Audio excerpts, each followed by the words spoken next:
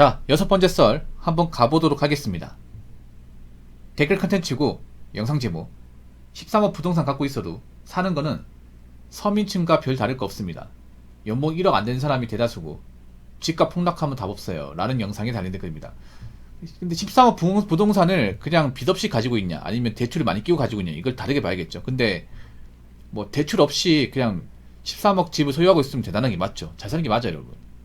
다를 게 없다고 했지만 다르죠 여러분. 근데 문제는 이 13억 부동산을 대출을 얼마나 끼고 있냐 이게 중요하겠죠. 제가 봤을 때 13억 부동산을 대출 없이 끼고 있는 사람은 거의 없을 거예요. 거의 없다고 보면 돼. 대출을 많이 꼈겠죠. 보통 서울에 이제 좀 인지도 있는 동네 뭐 9평 타입 아파트가 이 정도 가격 하잖아요. 근데 아마 그분들이 현금만 가지고 통장 잔고만 가지고 아마 집을 사진 않았겠죠. 대출 많이 받았겠죠. 그러면 못해도 한 6, 7억 받았겠죠. 대단하다 6, 7억. 아니 8억까지 받은 사람도 있을 테고. 문제는 그런 거지.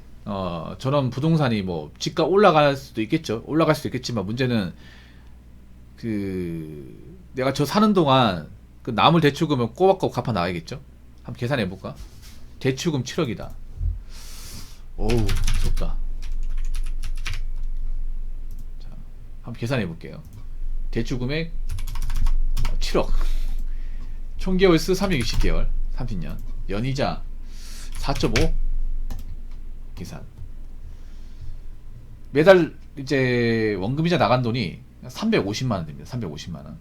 이거 30년 동안 내야 돼. 30년 동안. 30년 동안 내 생각으로 저 대출금 받은 거 아니겠죠? 그 문제가 뭐냐 하면 뭐 저 집을 뭐 얼마나 대출받았는지 모르겠지만 좀 우리하게 대출받은 사람들이 많죠. 특히 수도권 서울 쪽에 영끌하신 분들 많아요. 굉장히 많죠. 지금 가장 위태로운 분들 중에 하나가 영끌하신 분들이에요. 영끌하신 분들. 한번 생각해 보세요. 앞으로 내년부터 뭐 경기가 안 좋아지면 사람들이 집을 살까요? 거래가 활발할 것 같습니까? 아니면 거래가 끊길 것 같나요? 거래가 끊기겠죠. 올해도 사실 거래가 안 좋았잖아요. 부동산 거래가 정말 안 좋았잖아요. 팔고 싶어도 못 파는 사람도 엄청 많았거든요. 내년은 어떨까요? 내년엔 더 팔릴까요? 더 안 팔릴까요? 더 안 팔리지 않을까요 여러분? 아니 생각해보세요. 지금 나라가 불안하고 지금 비리는 사람들이 굉장히 지금 처지가 안 좋잖아요 여러분. 근데 한번 생각해봐. 저렇게 비싼 집 누가 사냐고. 뭐 저기 집값이 올라가면 좋겠지만 올라간다는 보장도 없고 거기다가 내가 저 집을 살려면 대출을 많이 받아야 되는데 내 능력까지 저 대출금 감당할 수 있냐고요. 그리고 은행에 대출을 해주겠냐고. 예전처럼 잘 안 해준단 말이에요. 생각해보세요. 내가 사기업 다니면 내가 사기업 언제까지 다닐지 모른단 말이에요 이게.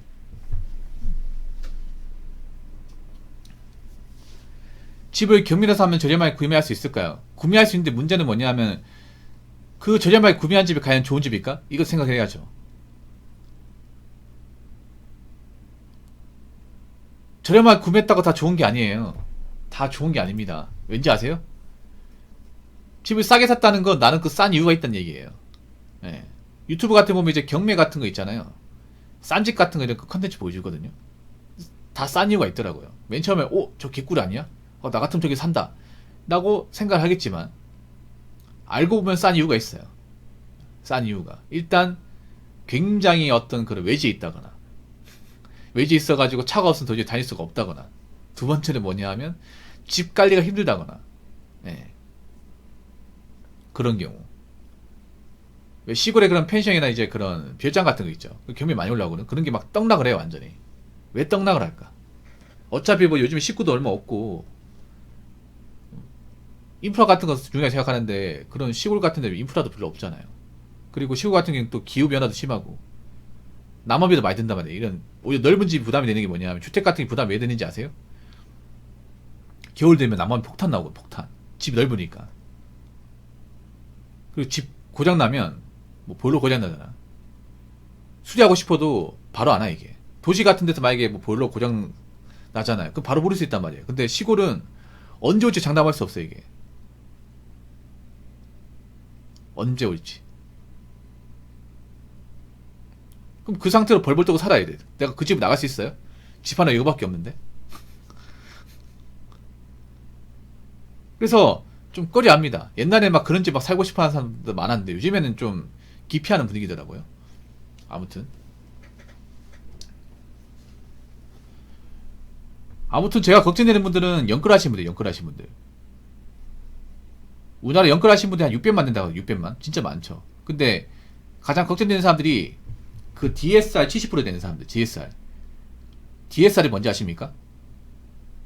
저도 최근에 알게 됐는데, DSR이 총부채 원리금 상환 비율.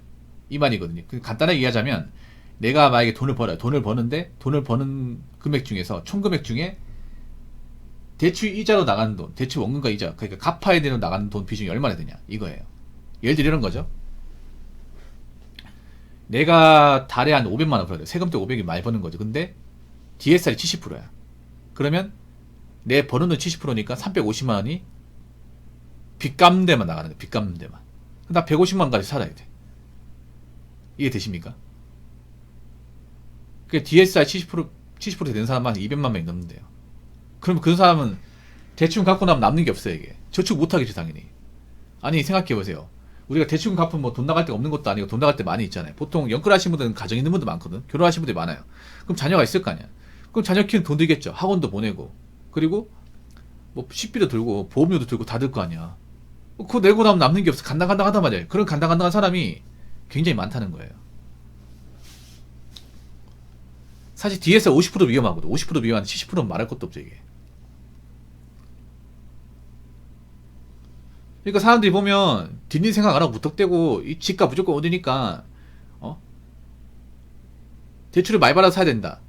그런 약간 좀 밑도 끝도 없는 논리를 가지고 좀 생각 없이 집을 구입한 사람들이 많다는 거예요, 이게. 그러다 보니까 점점 가면 가서 허덕이는 거죠, 가면 갈수록.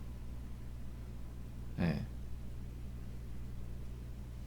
지금 연끌로 집 사가지고 집 사기 잘했다고 생각하는 사람보다 내가 이짓을 왜 했지라고 후회하는 사람이 더 많을 거예요, 이게.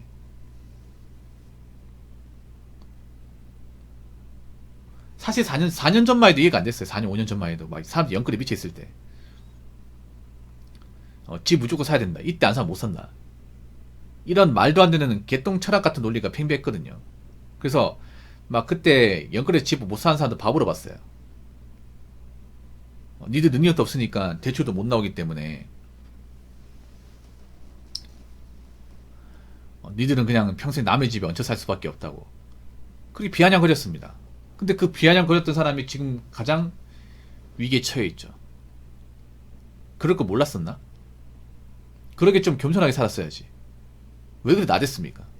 연끌하신 분들 많이 나댔거든요. 제가 기억하기에 4, 5년 전만 해도 자기들이 막 집값 오른다고 막 고생 끝났다고. 근데 고생 뭐가 끝나서 이제 진짜 고생인데 아직 고생 시작도 안 했어요. 벌써 지치면 안 돼요. 계속 갚아 나가야죠. 본인들이 벌린 거니까. 끝까지 갚아 나가세요. 자, 댓글 한번 읽어보도록 하겠습니다. 갭 투자한답시고 공부한다는 지인에게 지금 대출 끼고 부동산 살 때가 아니라고 말해줘도 아는 만큼 보인다며 오히려 저를 답답해 하더군요. 라고 댓글을 적어줬습니다. 그 지인은 앞으로 지인이 아니라 모르는 사람이 되는 게 좋겠네요. 아는 사람이 아니라 모르는 사람.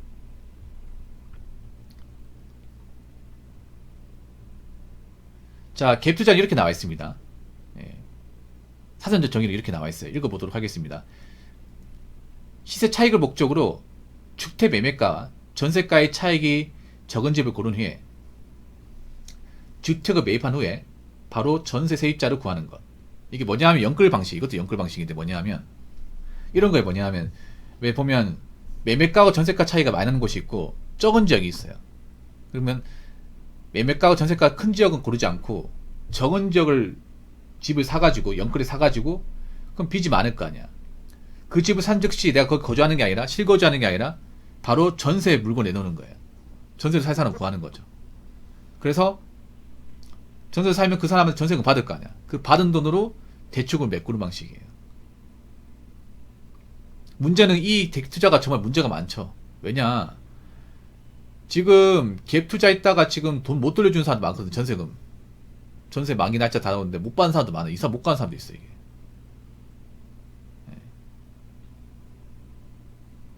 근데 문제는 뭐냐면 이거 잘못되면 골로 갑니다. 이거 잘못되면 저 갭 투자한 사람도 골로 가고, 갭 투자 이제 집을 전세로 이제 사는 사람도 골로 가, 이게 같이. 예.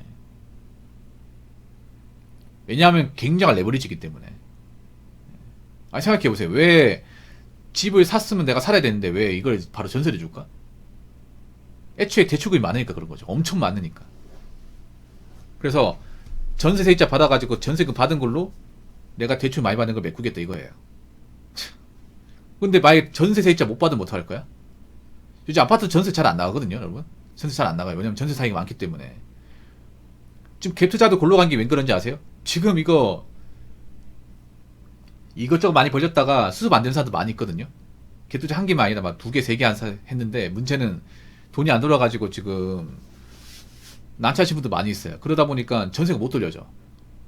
못 돌려줘가 전세 그 반환 소송도 많이 하거든요. 예, 반환 소송 같은 것도. 아니 전세 돈 받았으면 배탄해야 될 거 아니야. 그렇지 않습니까? 그리고 문제가 뭐냐면 사람들이 이제 알잖아요. 이제 매매가하고 전세가하고 차이가 큰 데는 갭 투자한 거 알잖아. 이제 아는 사람도 안단 말이에요. 이제 그러면 안 들어가는 거야 이 사람들이. 그 안 들어가면 어떻게 돼? 그 갭 투자 하려는 사람들 골로 가는 거죠 이게. 왜냐 그 사람들은 대출금 많이 받았기 때문에 무조건 전세 세입자를 구해야 돼요. 그러니까 구하면 좋고 안 구하면 어쩔 수 없고, 이게 아니라 무조건 구해야 돼. 근데 안 구해져요. 그럼 어떻게 돼요? 내가 이거 갚을 수 있냐고. 못 갚잖아 이게. 골로 가는 거야 이게.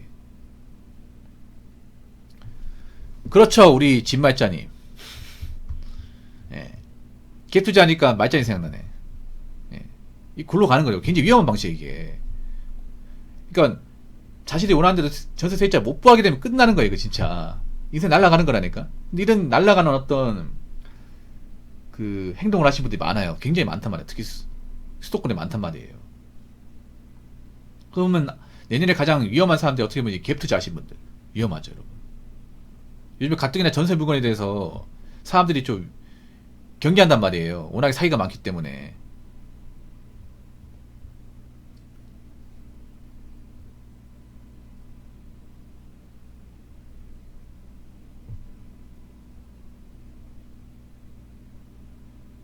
그리고 이것 때문에 전세 사기도 많이 벌어져요. 갭 투자 때문에. 이것저것 많이 벌려놔서 이제 돈을 못 돌려주다 보니까 전세금 이제 먹고 튀는 사람들 많이 있고. 그래서 갭 투자 하시는 이미지가 정말 안 좋아요 이게. 안 좋기 때문에 앞으로 이런 갭 투자 같은 이제 위험한 투자 방식 없어야겠죠. 참 우리나라가 참 이해 안 됩니다. 왜 이렇게 극단적 투자를 좋아하는 거야. 아무튼 그 갭 투자 공부하는 지인은 앞으로 그냥 모른 체 하시는 게 좋을 것 같습니다. 아는 만큼 보인다고요? 아는 게 뭐가 있어? 아는 만큼 보이는 사람이 갭 투자 안 하겠죠. 그냥 제대로 사기 내비두세요. 내비두시고 엮이지 마시기 바라겠습니다. 자, 이상으로 6번째 썰 마치도록 하겠습니다.